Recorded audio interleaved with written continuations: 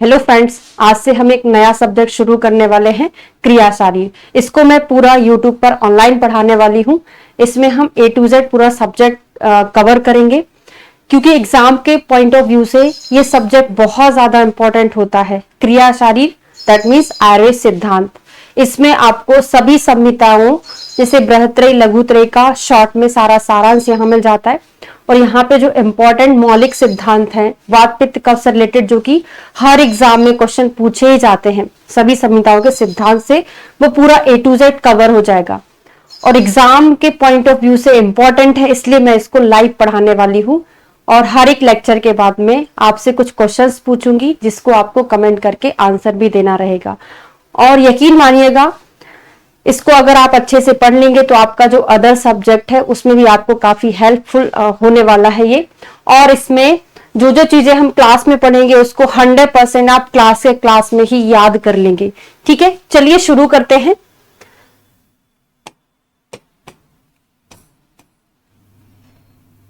आयुर्वेद की व्युत्पत्ति, आयुषः वेदा आयुर्वेदा, यहां से क्वेश्चन क्या पूछा जाता है, रेफरेंस पूछा जाता है। आयुषा वेदा आयुर्वेदा व्युत्पत्ति किसके अकॉर्डिंग है, तो वैदिक शब्दकोश ने दिया हुआ है। निरुक्ति, आयुर अस्मिन् विद्यते अनेन व आयुर्विदन्तीति आयुर्वेदा, आचार्य सुश्रुत ने, जैसे सुश्रुत संहिता में आपको पढ़ाती हूँ वहां पर डिटेल में पढ़ाती ही हूँ। सूत्र स्थान के फर्स्ट चैप्टर में बताया है आयुर्वेद की व्युत्पत्ति।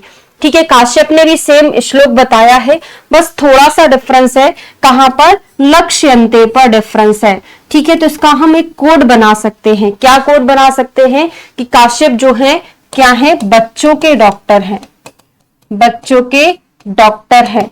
तो बच्चों के लक्षण जो है, बोलते हैं ना कि उस पूत के लक्षण पालने में दिखते हैं, बोलते हैं। तो लक्षण जो है बच्चों के पालने में दिखाई देते हैं। तो लक्ष्यन्ते करके श्लोक जो है काश्यप का है, बाकी दूसरा जो श्लोक है सुश्रुत का है।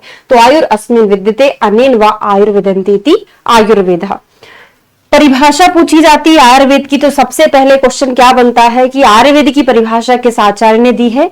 सबसे पहले तो चरक जी ने दी है, काल इनका पहले होता है।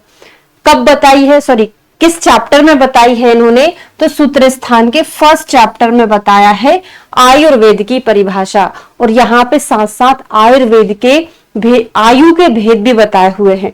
ठीक है, तो हिता हितम सुखम दुखम आयुस्तस्य हिता हितम मानम च तच्यक्तोत्तम आयुर्वेदः स उच्यते। तो आयुर्वेद की परिभाषा चरक जी ने बताई है सूत्र स्थान के फर्स्ट चैप्टर में। ठीक है, तो आयु कितने प्रकार की, अब यहां से क्या क्या क्वेश्चन बन सकता है, तो पहला बन सकता है कि रेफरेंस पूछा जाता है। जब आप BMS फर्स्ट ईयर में रहते हैं तो आयुर्वेद हितोपदेश पढ़ते हैं, वहां पे शायद पहला ही श्लोक रहता है हिता हितम सुखम दुखम वाला, है ना, तो वहां से भी आपको याद हो जाता है। ठीक है, तो 2-4 प्रकार की आयु होती है, तो आयु के भेद कितने हैं, दूसरा क्वेश्चन बनेगा।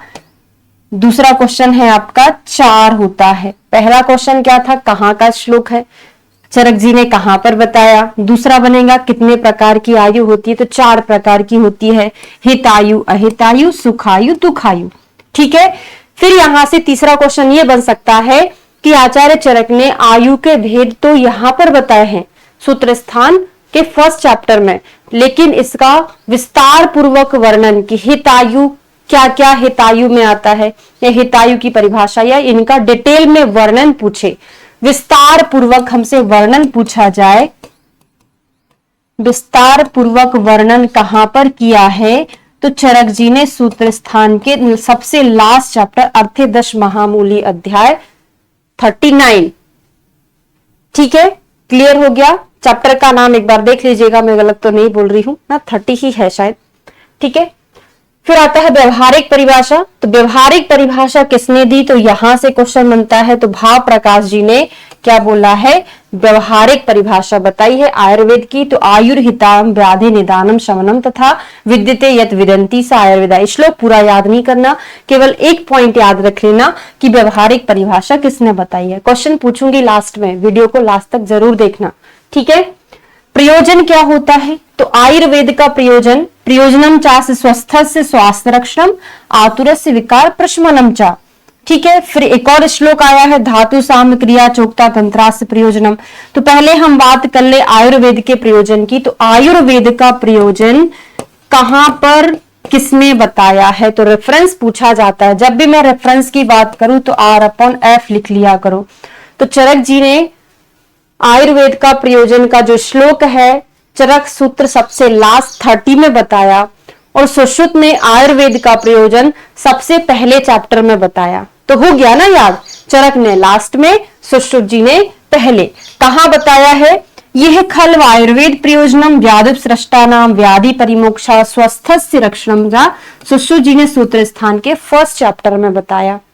अंतर क्या है? पहले तो हमने रेफरेंस याद कर लिया, दूसरा याद करने की कोशिश करेंगे कि आयुर्वेद का प्रयोजन क्या है। सबसे पहले स्वस्थ व्यक्तियों के स्वास्थ्य की रक्षा, जो स्वस्थ है वो स्वस्थ ही रहे, उसके लिए हम क्या क्या चीजें करते हैं?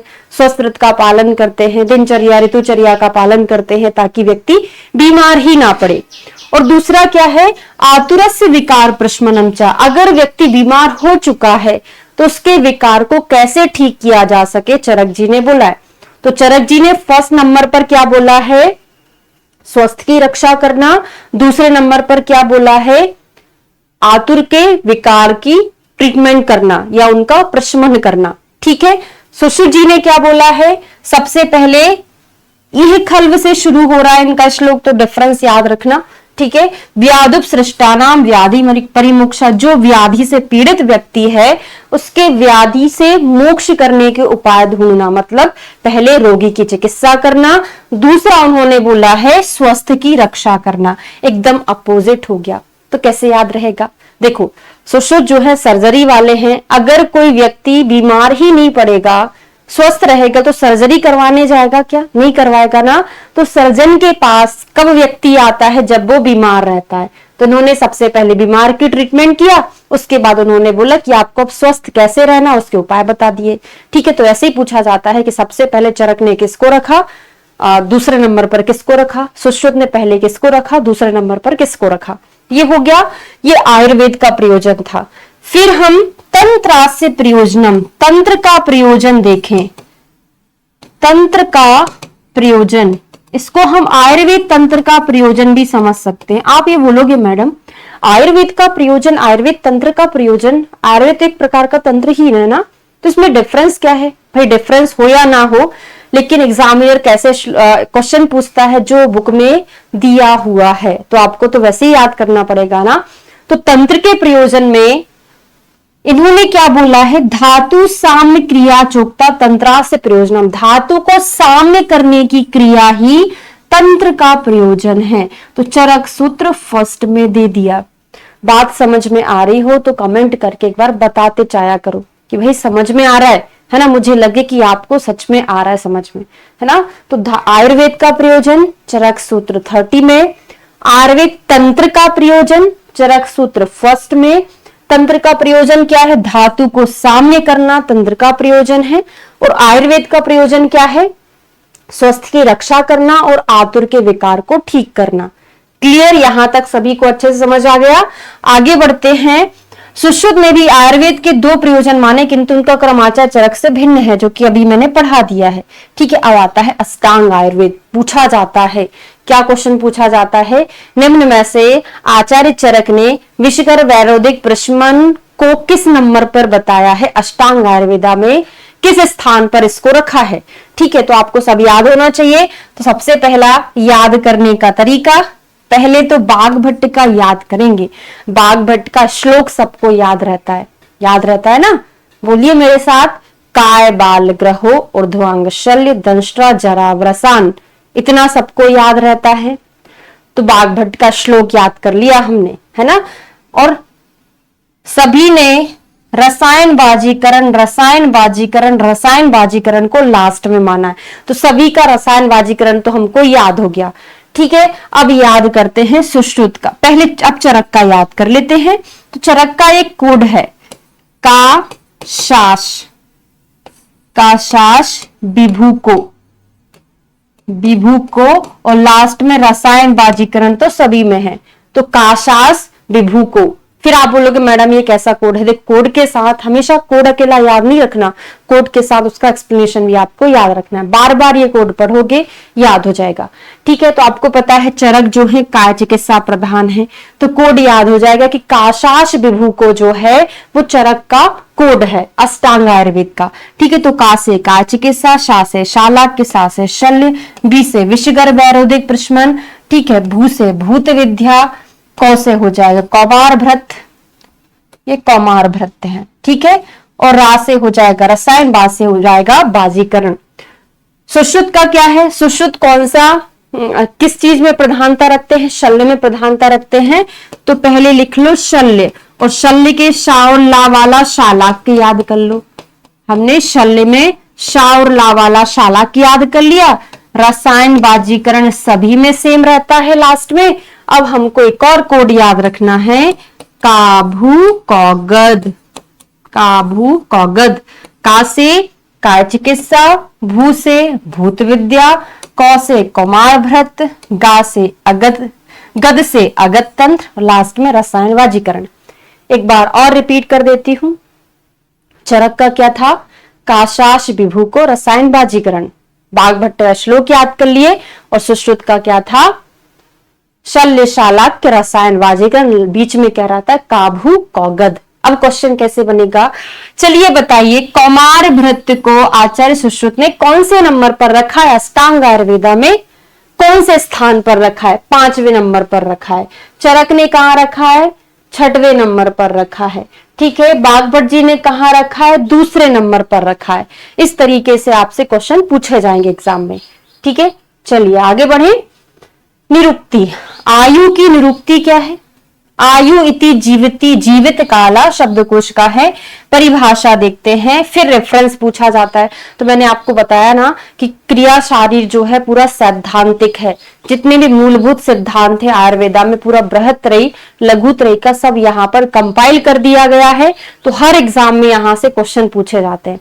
ठीक है, शरीर इंद्रिय सत्व आत्म संयोगो, यहां तक क्या है बता दिया है कि आयु क्या है। शरीर, इंद्रिय, सत्व, आत्मा, इन 4 चीजों के संयोग को आयु कहते हैं। तो पहली लाइन से क्वेश्चन क्या बना आपका? आयु किसके संयोग को कहते हैं? शरीर, इंद्रिय, सत्व, आत्मा। 4 के अलावा, ये तो सही वाला ऑप्शन है ना। फिर नीचे आपके जो ऑप्शन रहेंगे उसमें कुछ और दे दिया रहेगा, तो आपको 4 चीजों का नाम याद रखना है। शरीर, इंद्रिय, सत्व और आत्मा का संयोग आयु कहलाता है। ठीक है, अब इसके पर्याय कौन कौन से हैं? तो धारी, जीवित, नित्य और अनुबंध इसके पर्याय हैं। याद कर लीजिएगा, बार बार पढ़ोगे याद हो ही जाएगा, इसको कोड बनाने की जरूरत नहीं है। अब आपको याद ये रखना है कहां पर बताया? चरक सूत्र 1st चैप्टर में, जहां पर उन्होंने आयु के भेद बताए ना, आयुर्वेद का परिभाषा, हिताहितम दुष्कम दुखम, आयु के भेद बताए, वहीं पर उन्होंने आयु के पर्याय का श्लोक भी बताया, आयु की परिभाषा भी बताई। ठीक है, अब देखिए सूत्र स्थान 1st में उन्होंने 4 पर्याय दे दिए, धारी, जीवित, नित्य, अनुबंध। लेकिन उन्होंने चरक सूत्र सबसे लास्ट चैप्टर में आयु का एक और पर्याय ऐड कर दिया है। कौन सा? चेतनानुवृत्ति। बाकी जीवित, अनुबंध, धारी, चेतना तो यहां पर भी बताया, यहां पर सॉरी यहां इतने तो यहां पर ही बताया, यहां भी बता दिया। बस एक्स्ट्रा कौन सा है? चेतनानुवृत्ति। तो एग्जाम में क्वेश्चन ये पूछा जा सकता है कि आचार्य चरक ने चेतनानुवृत्ति जो आयु का पर्याय बताया है वो कहां पर बताया? तो सबसे लास्ट चैप्टर में बताया। ठीक है, तो धारी, जीवित, नित्य, अनुबंध, चेतनानुवृत्ति, ये क्या होते हैं? आयु के और पर्याय हैं। काल के भेद और दोषों के भेद, कुछ काल के भेद ऐसे हैं जो आयु के पर्याय जैसा ही होता है। तो काल के भेद 2 होते हैं, नित्यग और आवस्थिक। तो काल के भेद में नित्यग जो है काल का एक भेद है और आयु का पर्याय है। किसका? आयु का पर्याय दिया हुआ है। कहीं आप कंफ्यूज ना हो जाओ, नित्य आयु का भेद है, काल का पर्याय है, ऐसा नहीं। काल के हमने इधर पर्याय कहां पढ़े? यहाँ पे हमने क्या देखा? नित्यक, अवस्थिक, काल के 2 भेद होते हैं, कालो ही नित्यक और अवस्थिक। ठीक है, तो नित्यक एक आयु का पर्याय हो गया, काल का भेद हो गया। दोषों के भेद हम पढ़ेंगे अनुबंध और अनुबंध। ठीक है, यहाँ पर जो हमने अनुबंध पढ़ा वो आयु का पर्याय है और किसका, दोष का भेद है। ठीक है, अब यहाँ पे ये भी पूछा जा सकता है, चरक विमान स्थान के 6वें चैप्टर में पढ़ेंगे हम इस प्रकार के दोषों का भेद। तो वहां पर अनुबंध्य ये जो होता है ये प्रधान होता है। प्रधान का मीनिंग क्या होता है, अपने प्रकोपक कारणों से प्रकोपित होता है और अपने शामक कारणों से शांत हो जाता है, अनुबंध है। अनुबंध्य कोड बनाकर याद कर लो, अनुबंध में या है ना, या से हमने क्या बना लिया, ये बना लिया, ये फिर लिख दिया प्रधान है। ये प्रधान है, इसमें या नहीं है तो ये प्रधान नहीं है, ये कौन सा है, प्रधान है। अब आयु के प्रकार का विस्तार पूर्वक वर्णन पढ़ने जा रहे हैं आगे। अभी तो शॉर्ट में लिखा वही आयु के प्रकार कौन कौन से हैं जो भी इसके पहले मैं आपको पढ़ा दी हूं। तो हितायु, अहितायु, सुखायु, दुखायु 4 आयु के पर्याय हैं। क्वेश्चन बनेगा आयु के पर्याय 4 है। कहां बताया, चरक सूत्र स्थान के फर्स्ट चैप्टर में बताया। ठीक है, आचार्य सुश्रुत के अनुसार आयु 3 प्रकार की होती है। चरक सूत्र सुश्रुत सूत्र 35 आत्मकर्मणी अध्याय में बताया हुआ है, दीर्घायु, मध्यम आयु और अल्पायु। जब आयु की बात चल ही गई है तो यहाँ पे आप लिख लीजिए आयु के बारे में हम देखें, चरक की, सुश्रुत की और शारंगधर की।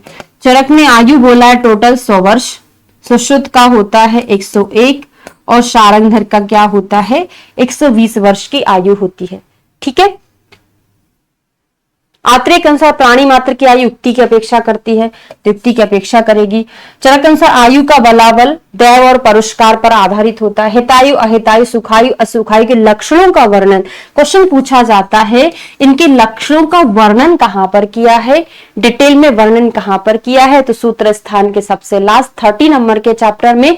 केवल भेद कहां बताए हैं, तो चरक सूत्र फर्स्ट चैप्टर में बताए हैं। ठीक है, सही बोला था मैंने, चैप्टर का नाम अर्थदश महामूली ही है, 30 नंबर का चैप्टर।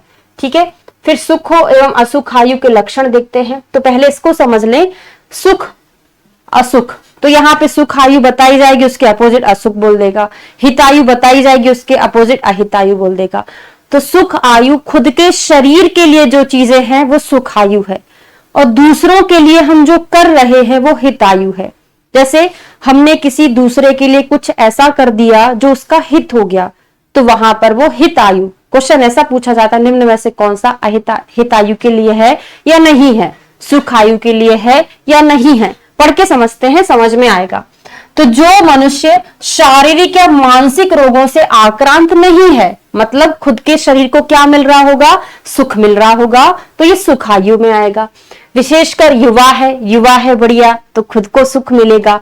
समर्थ है, बल वीर्य ऐश पौरुष पराक्रमशील है, ज्ञान विज्ञान दोनों में आएगा, क्योंकि ये ज्ञान विज्ञान खुद के शरीर के लिए सुखकारी भी होता है और दूसरों के हित में भी तत्पर रहता है वो व्यक्ति जिसका ज्ञान विज्ञान अच्छा रहता है। ठीक है, इंद्रिय एवं इंद्रियार्थ बल के समुदाय से युक्त है, अधिक संपत्तिशाली है और अनेक प्रकार के भोगों से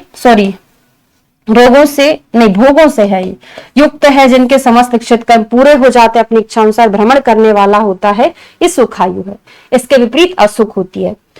हितायु अहितायु क्या होती है, तो हितायु अहितायु में हित हम दूसरों के लिए करते हैं, तो इसका संबंध ना दूसरों से रिलेटेड होगा। जैसे प्राणियों की भलाई चाहने वाला किस में आएगा, खुद के शरीर में तो नहीं आ रहा, दूसरे का भला चाह रहा है, तो दूसरे के लिए सुख मिलेगा ना, तो ये दूसरे का हित करने से संबंधित है, तो हितायु है। परधन की इच्छा न रखने वाला, सत्य बोलेगा, सत्य बोलने से वो बात अलग है, खुद को भी सुख मिलता है, लेकिन इस सुखायु में नहीं है। सत्य बोलने से दूसरे का हित होता है, तो सत्यवादिनम हितायु में है। शांति प्रेमी है ना, हल्ला गुल्ला करेगा तो क्या होगा, दूसरों का अहित होगा। शांति से बैठा रहेगा तो दूसरों का क्या हो जाएगा, हित हो जाएगा, है ना। परीक्षा पूर्वक कार्य करने वाला, असावधान ना रहने वाला, त्रिवर्ग का बाधा रहित उपार्जन करने वाला, ज्ञान विज्ञान दोनों, बाकी का सब पढ़ लीजिएगा, पढ़ के समझ में आ जाएगा। तब शांति, वृद्धों की सेवा करने वाला, तो क्या कर रहा है, एक प्रकार का हित कर रहा है। ठीक है, अब नेक्स्ट है स्वस्थ। स्वस्थ की परिभाषा कहां पर बताई है, सबसे पहला तो यही क्वेश्चन बनता है। तो सुश्रुत संहिता के सूत्र स्थान के अध्याय 15वें में, है ना, संहिता कौन सा, सुश्रुत संहिता, चैप्टर नंबर सूत्र स्थान का 15, नाम क्या है, दोष धातु मल क्षय वृद्धि विज्ञानी अध्याय में वर्णित है। ठीक है, अब यहाँ पे चैप्टर का नाम भी आपको याद रखना पड़ेगा। और ये किसका वर्णन है, स्वस्थ का वर्णन है। क्या होता है स्वस्थ, समदोषा, समअग्निष्ठ, समधातु मलः क्रिया, प्रसन्न आत्मेन्द्रिय, मनः स्वस्थ इत्यभिधीयते। ठीक है, तो सुश्रुत ने किसकी परिभाषा बताई है? स्वस्थ पुरुष की परिभाषा बताई है। और चरक जी ने सूत्र स्थान के 21 नंबर के चैप्टर में क्या बताई है? समसंघनन पुरुष, समसंघनन पुरुष की परिभाषा। इसका मतलब ही वही हुआ, स्वस्थ ही हुआ। ठीक है, अब मुझे श्लोक तो याद नहीं है पूरा, है ना, वहां पे सम मांस प्रमाणस्तु समसंघननो रहा, प्रसन्न यहाँ पे मुझे याद नहीं आ रहा, समसंघनन करके पूरा श्लोक है, चार लाइन का श्लोक है, वहां पे देख लीजिएगा। अभी बस रेफरेंस याद कर लो। ठीक है, अब यहां से दोषों के बारे में मैं आपको कल पढ़ाऊंगी। पंच महाभूतों का दोषों समझ, जो कि एग्जाम में बहुत पूछा जाता है। दोषों की व्युत्पत्ति उत्पत्ति क्या होती है, ठीक है, इनका स्थान देखेंगे, ये सारी चीजें हम पढ़ने वाले हैं। धातु की क्षय वृद्धि सारी चीजें कवर करेंगे क्रिया शारीर में। तो हमारा जो जून का महीना है उसमें हम सारा कंप्लीट कर लेंगे। आप लोगों की रिकमेंडेशन के आधार पर ही मैंने शुरू किया है। ठीक है, अब मैं आपसे क्वेश्चन पूछ लेती हूँ लास्ट में, कमेंट करके आपको बताना है, तभी मुझे लगेगा कि आपको प्रॉपर याद हो रहा है और मेरा मेहनत करने का कुछ मुझे आउटपुट, कुछ फल भी मिल रहा है। ठीक है, चलिए पहला क्वेश्चन है आपका, आयुर्वेद की परिभाषा।